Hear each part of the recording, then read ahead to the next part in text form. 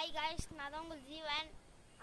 அந்த வீட்டில் ஏதோ பேய் இருக்குதுன்றாங்க, வாங்க பார்க்கலாம். கீழே இருக்கிற வீடை பார்ப்போமா? வாங்க வந்துக்கலாம்.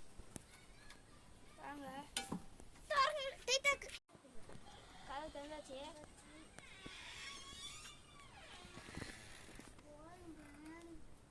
ஏதாவது பாருங்க, ஏதோ தெரிஞ்சு